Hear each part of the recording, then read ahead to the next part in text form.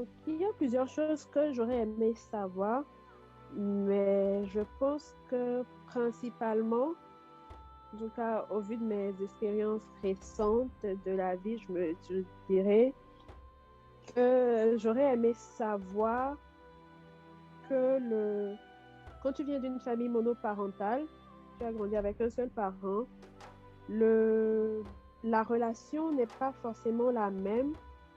La relation que tu as avec le parent avec lequel tu as grandi n'est pas la même que celle avec l'autre parent avec lequel tu n'as pas grandi. Donc, je pense que j'aurais voulu aimer savoir ça. À un moment, je l'ai su, mais je n'ai pas su l'intégrer en fait. Je n'ai pas su l'intégrer. Et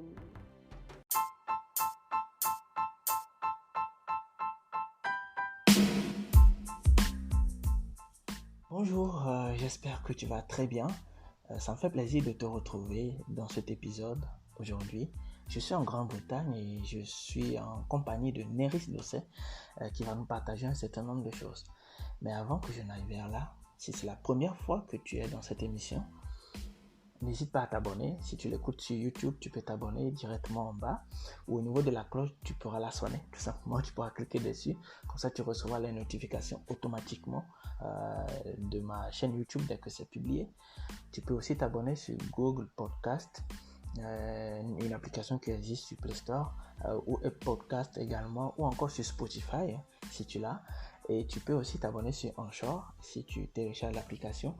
Ou au pire des cas, tu peux aussi tout simplement remplir le petit formulaire que j'ai mis dans la description de ce podcast. J'ai mis un lien qui renvoie à un formulaire. Et donc, tu pourras le remplir, tu pourras recevoir les épisodes directement par mail. Alors, est-ce qu'il y en a parmi vous qui écoutent le podcast et qui savent ce que c'est qu'une famille monoparentale?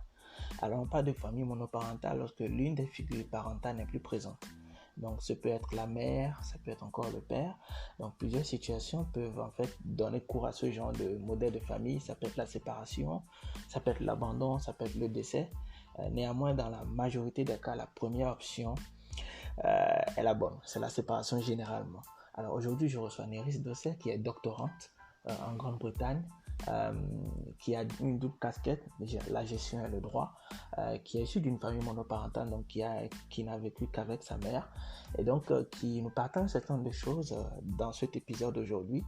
Ça fait un moment que je voulais justement recevoir une personne qui pourrait nous partager aussi son vécu par rapport à ça.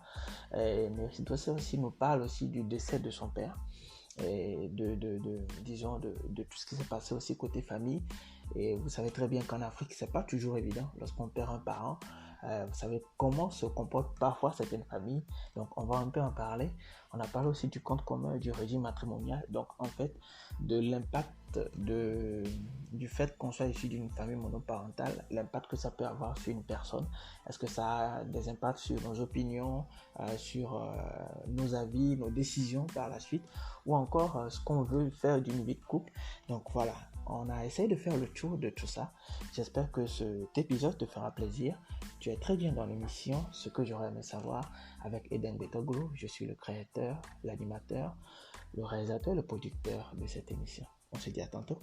Et surtout reste jusqu'à la fin parce que je ferai une brève conclusion où je reviendrai justement sur les avantages et les inconvénients d'une famille monoparentale et bien entendu sur un certain nombre de sujets assez intéressants que nous avons abordés dans ce podcast. On se dit à tantôt.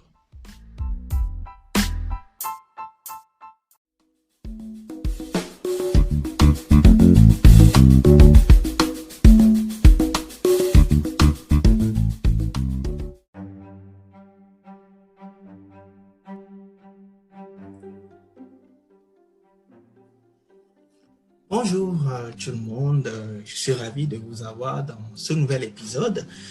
Aujourd'hui, je suis avec une grande amie à moi qui s'appelle Neris Dosset, mais je pense qu'elle a d'autres noms. Elle va peut-être vous en parler tantôt. Alors Neris, comment tu vas? je vais bien. Bonsoir Edem. J'espère que tu vas bien aussi. Je me porte à merveille, on rend grâce à Dieu pour ça. Alors aujourd'hui, on va parler de beaucoup de choses, des choses très intéressantes. Je pense que ça va édifier justement nos auditeurs. Mais avant tout, Néris, est-ce que tu veux bien te présenter, s'il te plaît? D'accord, je m'appelle Néris Dosset. Je viens d'avoir 26 ans. Je suis en deuxième année de thèse en Angleterre, au Royal Holloway University of London. Et voilà, je ne sais pas si je dois parler de ma thèse. Elle porte sur un peu comme la gestion des systèmes d'information, plus précisément sur le changement technologique, un peu de changement organisationnel de la culture de l'entreprise aussi. Il y a plein de petites choses qui sont incluses. Donc, voilà, en gros. D'accord. Bon, je suppose que pour ta tête, tu vas pouvoir parler de hors-tête, mais bon, on va pas en parler dans ce podcast. Et je m'interroge un peu en fait sur ton parcours. Tu as un parcours à Lomé, ensuite tu es allé directement en Grande-Bretagne, si je comprends bien. Oui, peut-être, je ne sais pas si je dirais que j'ai un parcours atypique, mais bon, j'ai fait mes classes jusqu'à ma licence à Lomé, donc j'ai une licence en droit. Et après, je suis venue en Angleterre. J'ai fait ce qu'on appelle un pré-master. C'est un peu comme une classe préparatoire de master parce que je virais en business management, mais que j'avais un background en droit et en plus venant d'un pays francophone. Donc, après ce pré-master, j'ai fait un MBA, International Master of Business Administration. Et ensuite, j'ai fait un master en project management que j'ai bouclé en fin 2019 et j'ai commencé ma thèse en janvier 2020. Donc, voilà. Donc, comme j'ai dit, je suis en deuxième année de thèse maintenant. Donc, D'accord. voilà. Alors, ouais, c'est vrai que tu as un parcours un peu quand même atypique. Tu as commencé en droit en tant que juriste. Oui, oui. Et puis finalement, tu es allé vers le management en fait, en gestion. Oui, voilà. Pourquoi ce choix en fait? Est-ce que c'est le contexte des études en Grande-Bretagne? Est-ce que c'est plutôt lié à tes ambitions professionnelles? Pourquoi ce choix en fait de quitter le droit pour le management ou tu voulais juste avoir deux casquettes? Je dirais que je voulais avoir plusieurs casquettes. Déjà de base, le droit, je sais, enfin, quand tu as quand même fait la A4 à Lomé, tu n'as pas beaucoup de choix. Ne me jetez pas la pierre, hein, mais je me dis, tu n'as pas beaucoup de choix. Mais aussi avec le droit, quand même, tu as plusieurs ouvertures. Donc, tu as une certaine base. Et je pense que la méthodologie, quand même, en droit, la méthodologie d'études, et un peu le système, comment on corse quand même les choses chez nous, nous prédispose à pouvoir nous prédispose à quand même pouvoir exceller ailleurs. Donc, j'ai fait le droit, je voudrais avoir une base juridique, je voudrais commencer quelque part. Et ensuite, je voulais faire le management aussi, mais comme j'ai dit, quand tu fais la A4 là, c'est pas très évident. Donc, ça s'est passé quand même par un concours de circonstances. Le fait de virer vers ce que je voulais faire au début, c'était pas forcément prévu, mais c'était un concours de circonstances, pardon, et finalement, je m'y plais et je suis contente de retrouver mes premières ambitions, du coup. Donc, voilà. Je sais pas si j'ai répondu à ta question. Je pense que oui, c'est correct.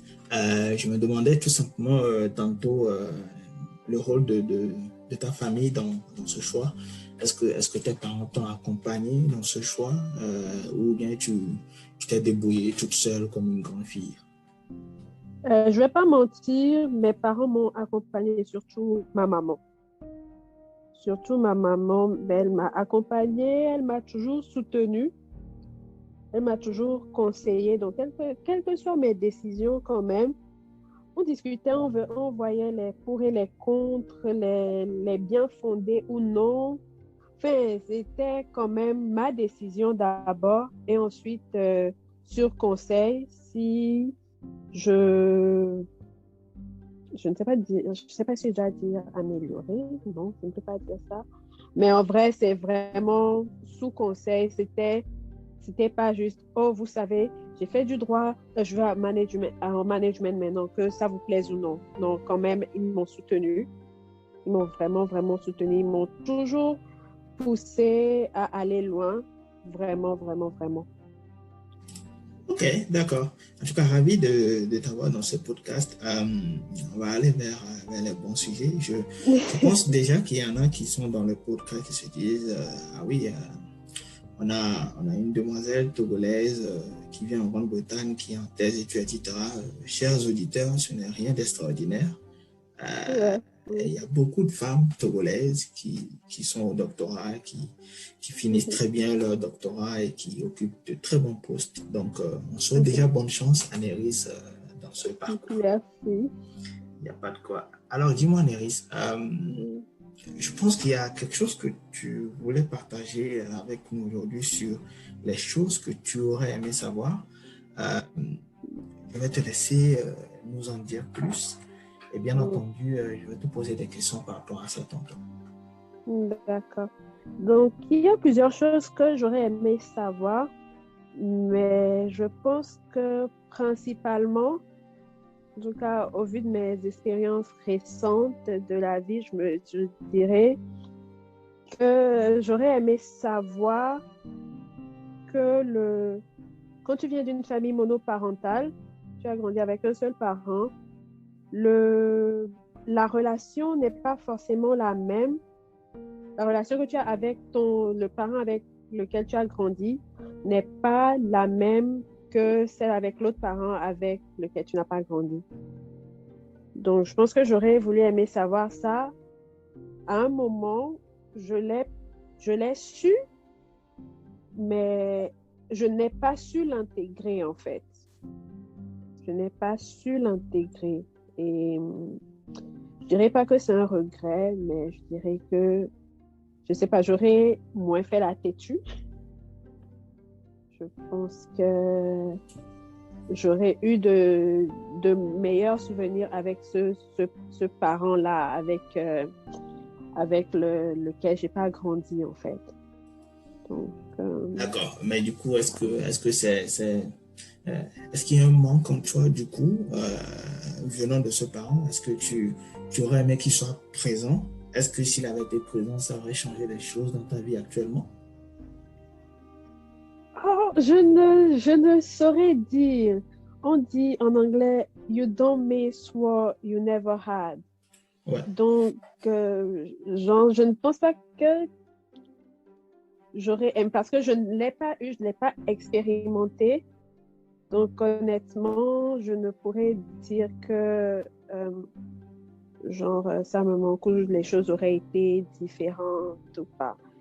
Et je pense aussi que, vu ton expérience, vu ce que tu as vécu par rapport au fait que ton père n'était pas avec ta mère et tout, honnêtement, est-ce que tu penses que ça t'impacte sur tes décisions de vie de couple que tu auras à prendre dans l'avenir? Par exemple, concernant, je ne sais pas trop, le fait d'avoir des enfants, le fait d'avoir un compte commun ou pas, le fait d'acheter une maison à deux. Tu vois, je me pose un peu juste la question en fait. Qu'est-ce que tu peux me dire par rapport à ça? Je dirais que quand ça va dans le sens, dans le bien des enfants, par exemple, je ne sais pas, ouvrir un compte commun, par exemple, ce serait pour moi, hein, pour moi en tout cas dans ma décision, c'est que ce soit un compte avec lequel en fait on prépare l'avenir de nos enfants. Par exemple des charges de la maison, enfin tout ça. Mais désolée, hein, je suis pour la séparation des biens. je suis pour la séparation des biens. Ça, c'est un autre sujet. Je pense qu'en off, on en discutera. Je pense qu'on en a un peu discuté. Mais pour moi, je suis pour la séparation des biens.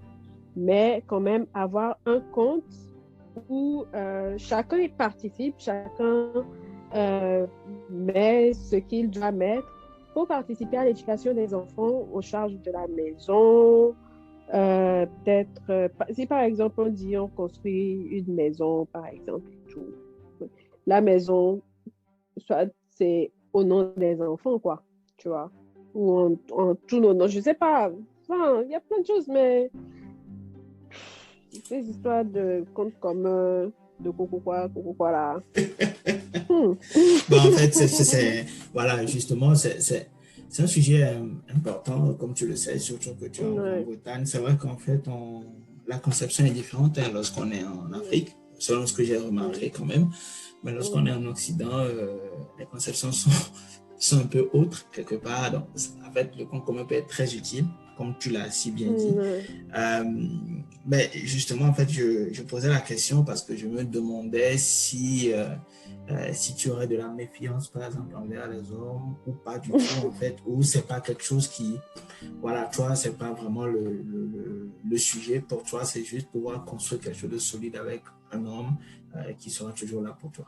Juste pour avoir un peu ton idée de conception par rapport à ça. J'avoue que j'ai alors là, beaucoup de méfiance.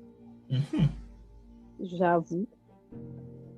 Mais le truc, c'est que quand je baisse mes barrières, quand je fais confiance, franchement, c'est all-in, quoi. Genre,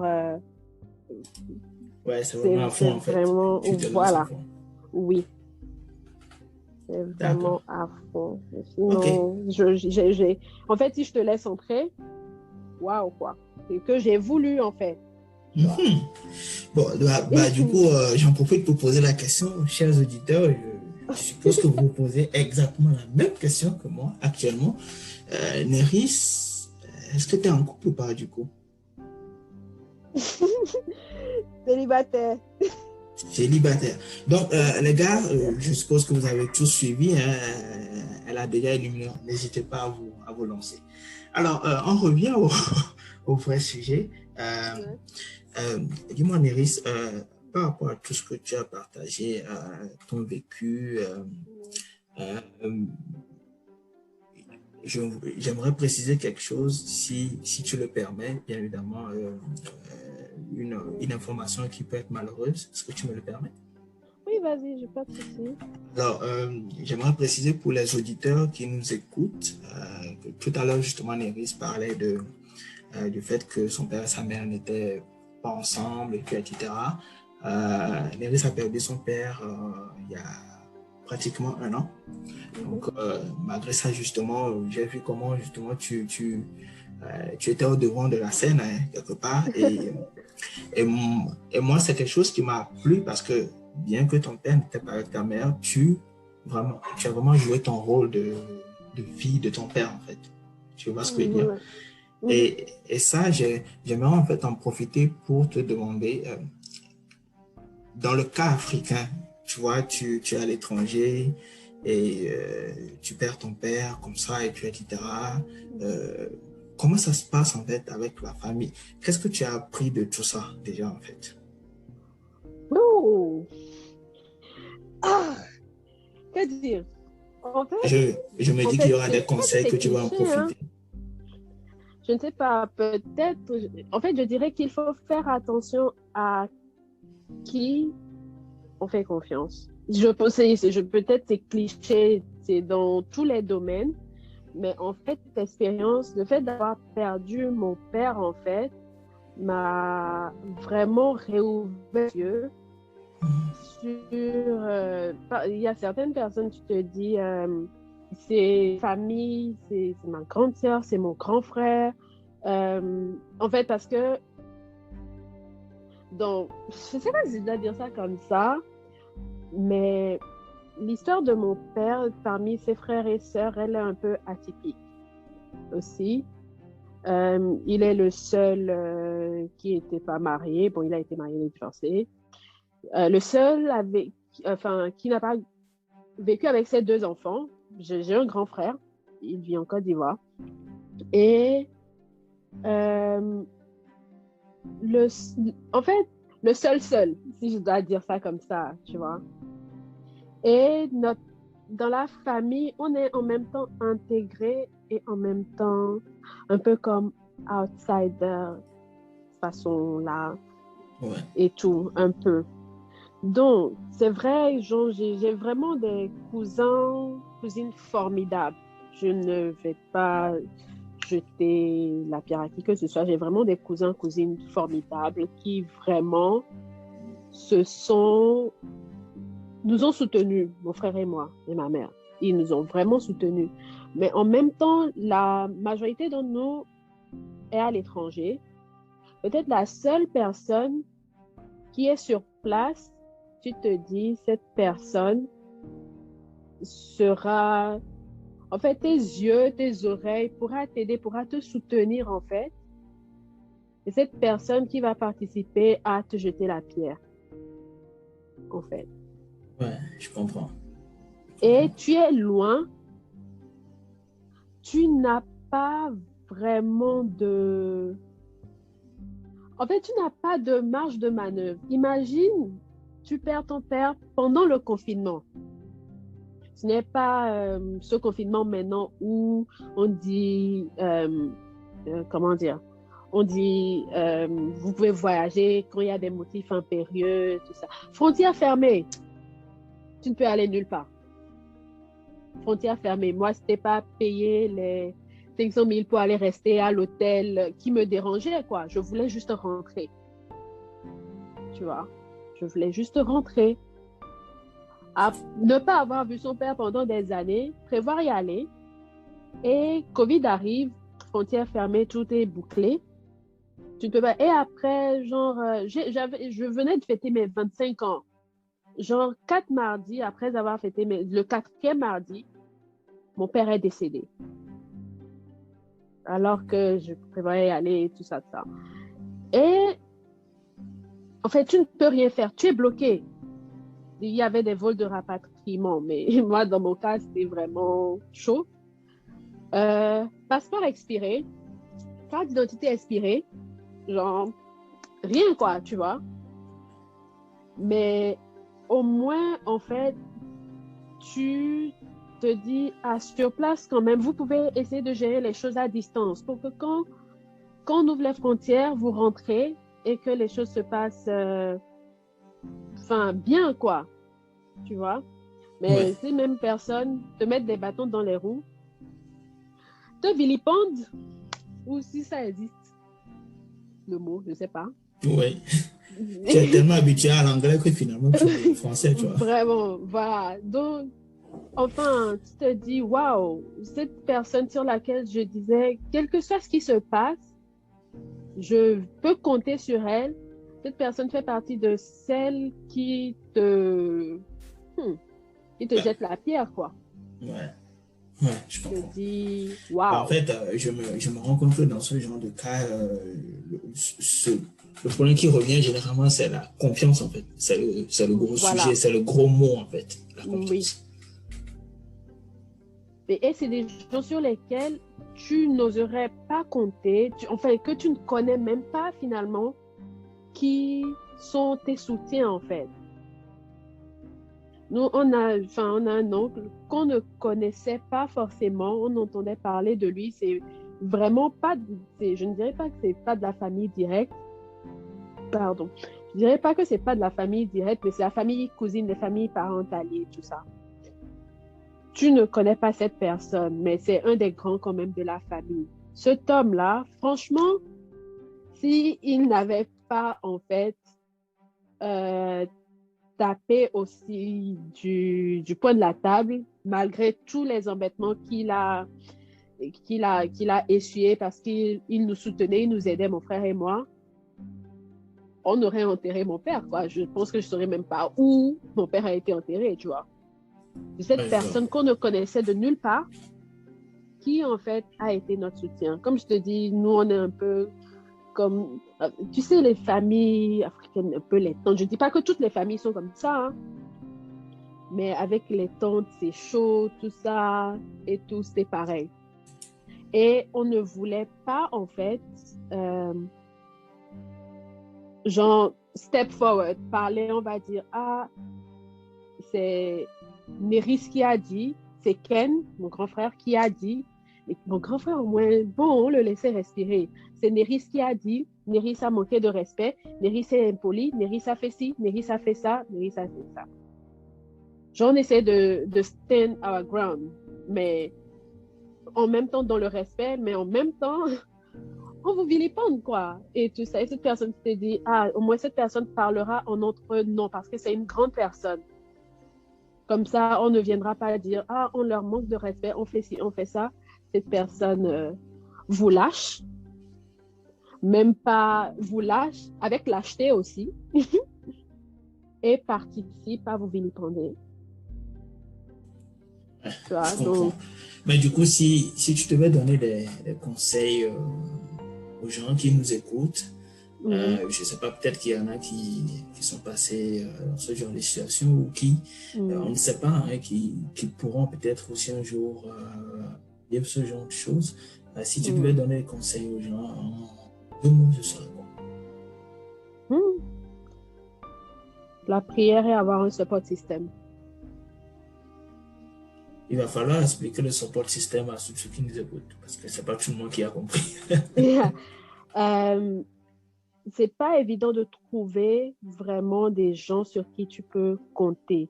Mais il y a en fait quand même, il y a au moins une personne sur laquelle tu peux compter, en fait. Okay. Et que cette personne vraiment est là, quoi.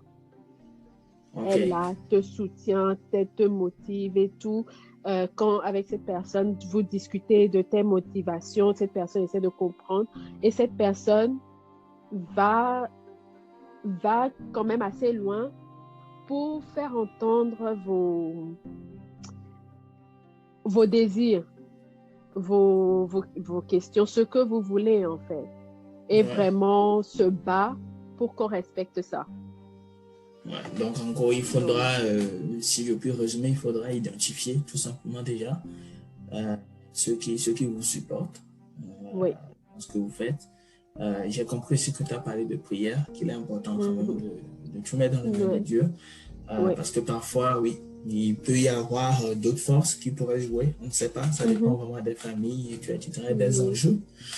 Donc, j'espère que tous ceux qui nous ont écoutés, ou tous ceux qui nous écoutent plutôt, ont pu tirer leur épingle du jeu.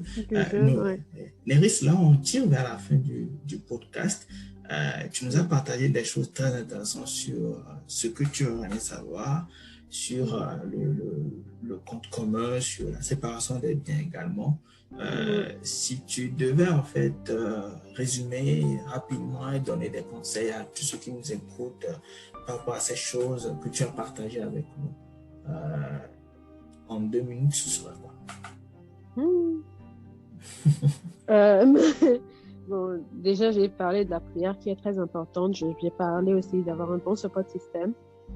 Aussi, je vais parler du fait de ne pas être têtu. Moi, j'ai quand même été têtu. Je n'arrivais pas à accepter certaines choses, je n'arrivais pas à intégrer certaines choses. Donc, je dirais que j'ai perdu le temps. Donc, bon, je ne sais pas, tu as dit 2 minutes. Je ne sais pas si je peux élaborer sur ce plan-là, ne pas être têtu. Comme moi, j'ai dit, j'ai peut-être finalement accepté que la relation que j'avais avec ma mère, je ne pourrais pas l'avoir avec mon père. Là, je ne pourrais pas avoir la même chose, disons, la même chose avec mon père.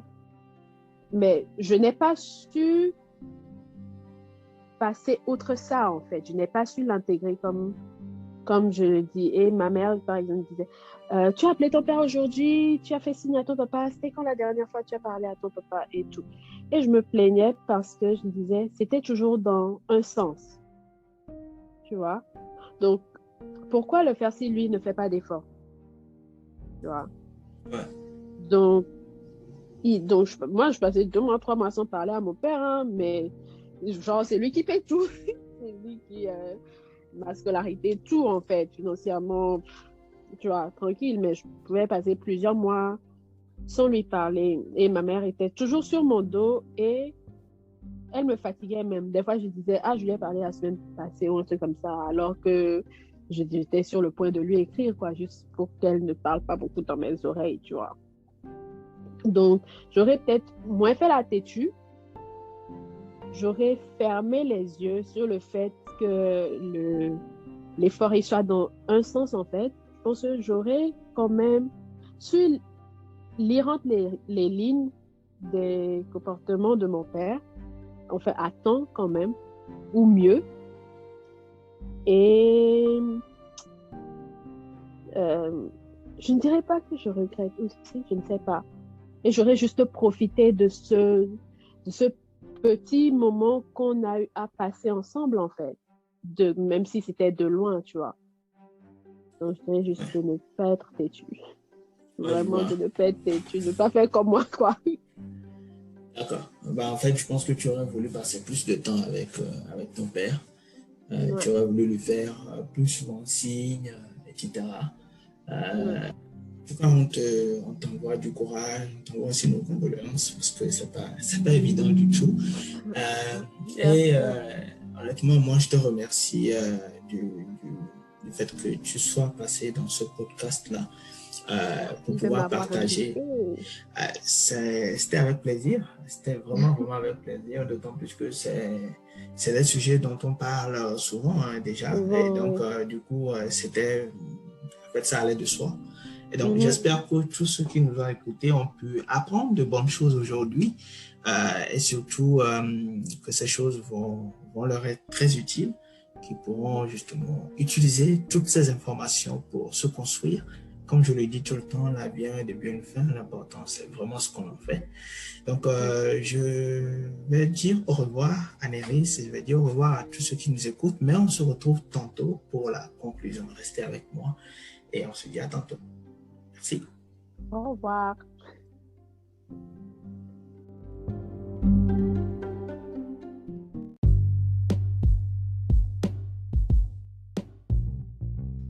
Salut, salut, salut. Alors, avant de faire la conclusion, je me permets de te faire écouter d'abord un petit audio. Si tu es à Lomé actuellement, que tu sois un homme ou une femme, il faut savoir qu'en fait, il y a des besoins de sang, tout simplement, à Lomé, dans les hôpitaux, etc. Et donc, il y a une association qui travaille à ce qu'on puisse donner du sang, donc dans le don de sang, tout simplement. Je te fais écouter justement quand est-ce que ça va se passer, où est-ce que ça va se passer. Alors, je t'informe déjà rapidement que ce sera le 17 juillet 2021. Donc, retiens ça en tête. Mais je te laisse écouter les autres détails dans ce petit passage de Anita Agba. On se dit à tantôt.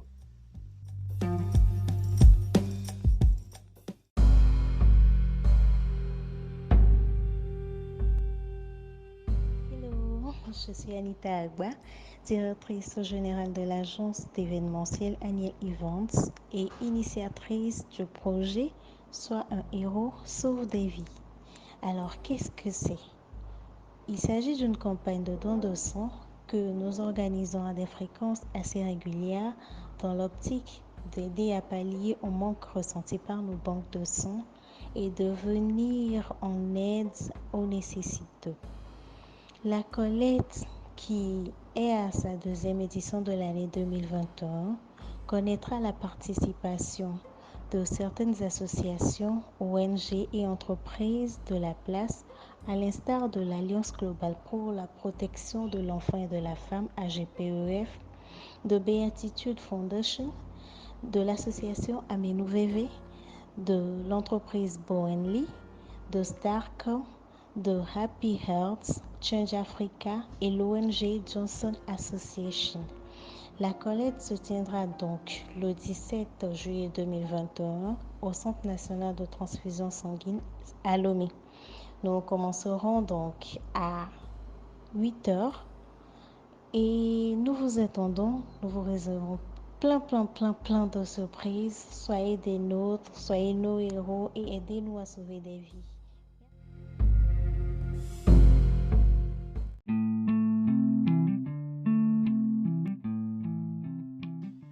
Bonsoir tout le monde, j'espère que vous allez bien. J'espère que toi qui as écouté ce podcast, tu as vraiment aimé la discussion que j'ai eue avec Néris Dosset.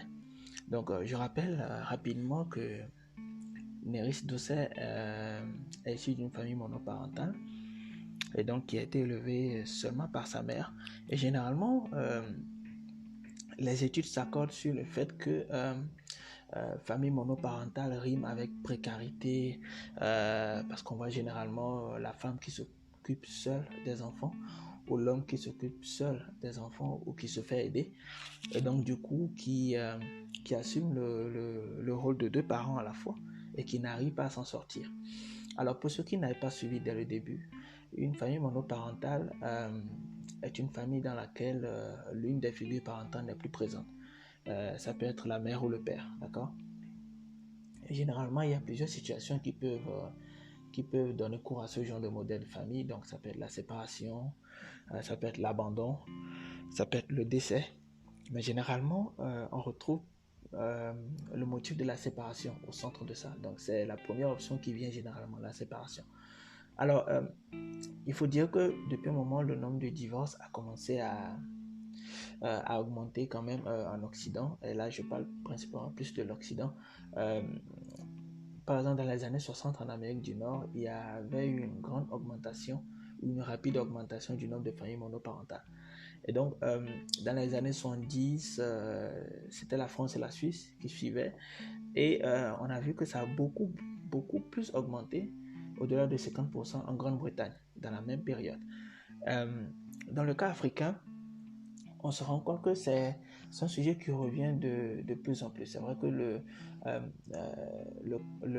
disons, le contexte est totalement différent.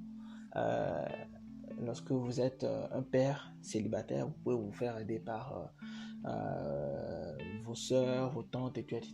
Même chose pour la mère, bien évidemment.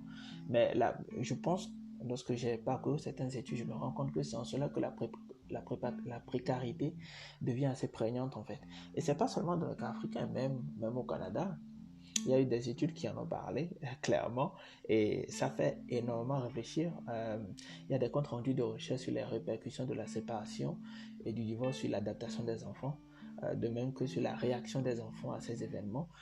Néris nous parlait tantôt du fait que sa maman a fait en sorte qu'elle puisse avoir un contact avec son père. Et ça, c'est pas tous les parents qui le font en fait. Et c'est pour ça justement que je reviens sur la notion d'éducation dans ce genre de cas. C'est-à-dire que c'est pas parce que vous venez d'une famille monoparentale que vous serez forcément déséquilibré émotionnellement.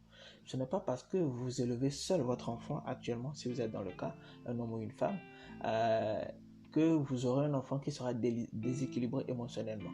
En revanche, les études s'accordent sur le fait que, concernant les adolescents, il peut y avoir un vide émotionnel. Donc, il peut y avoir tout simplement un manque d'affection émotionnelle qui serait lié peut-être au manque justement d'une figure maternelle ou paternelle. Si vous êtes père ou mère seul, vous le remarquerez forcément, l'enfant pose forcément des questions. Parfois, l'enfant peut rechercher cette figure-là, paternelle ou maternelle, auprès de vos amis ou des oncles, des tantes, etc. L'enfant a besoin de référents. Et donc, ce petit manque peut parfois causer des problèmes liés à l'isolation, liés peut-être aussi au fait que vous avez du mal aussi du mal au côté, disons, dans le sens de l'autorité que vous devez exercer sur votre enfant, parce que vous assumez quand même deux rôles. Donc, vous essayez quand même de trouver le juste milieu, et parfois il y aura des phrases qui peuvent sortir, tu n'es pas mon père, tu n'es pas ma mère, ouais. Donc, c'est parfois des petites choses en fait. Je voulais relever le fait que dans le cas de Néris, ça s'est plutôt bien passé, mais ça ne se passe pas toujours aussi bien en fait, malheureusement dans certaines familles. Je vais revenir sur certaines statistiques rapidement. En fait, il y a eu des études qui ont été réalisées sur les familles monoparentales et 80% sont des femmes. Donc 80% des femmes sont célibataires. Là, on prend que les pays de l'OCDE. C'est pas dans le monde entier, que les pays riches. Ce serait bien quand même qu'on ait ce genre disons, d'études aussi dans le contexte africain. Ça pourrait être très, très, très, très intéressant. Et moi, je vais en profiter pour donner quelques conseils rapidement. Le premier conseil, lorsque vous devez vous mettre en couple, réfléchissez très bien. Parce qu'en fait, si vous faites certaines erreurs, vous risquez peut-être de priver votre enfant de son père ou de sa mère. Genre, si vous vous séparez. Là, je parle du divorce, de la séparation de corps et tout, etc. Il peut arriver aussi qu'il y ait le décès. Et ça, c'est un peu dommageable. Je pense que Néris aussi en a un peu parlé dans le podcast. Et il y a la réaction des familles lorsqu'on veut enterrer son père ou sa mère. C'est pas toujours évident lorsqu'on est issu d'une famille monoparentale parce qu'il y a d'autres considérations qui entrent en jeu. Il y a aussi la vie des autres, le regard des autres. Et tout ce que je peux dire, c'est de ne pas faire attention au regard des autres. C'est très important de passer au-delà. Troisième chose, l'éducation et le fait d'intégrer ou de mettre en contact l'autre parent avec son enfant. Même si vous avez eu des problèmes et etc., je pense qu'il est important de faire en sorte que son enfant ait un contact avec l'autre parent. Si vous êtes père célibataire, permettez à votre enfant de voir souvent sa mère. Si vous êtes mère célibataire, permettez à votre enfant de voir souvent aussi son père. C'est très important aussi pour cet enfant-là, c'est-à-dire pensez plus à l'intérêt de l'enfant qu'à votre intérêt personnel. C'est sûr que c'est pas facile, que les circonstances sont totalement relatives. Ça dépend de ce qui s'est passé pendant la séparation, etc. Mais il est important de prendre en compte cela. Pourquoi je le dis? Parce que il y a des impacts sur les considérations des enfants par la suite.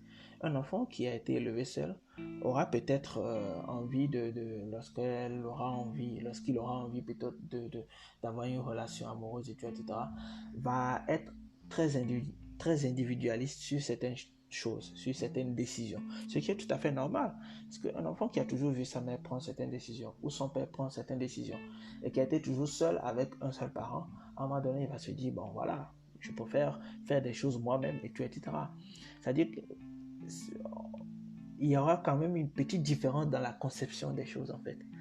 Et ça, il faut le prendre en compte. C'est pour ça qu'il est important de faire en sorte que les enfants aient une figure maternelle ou paternelle, ou figure maternelle et paternelle.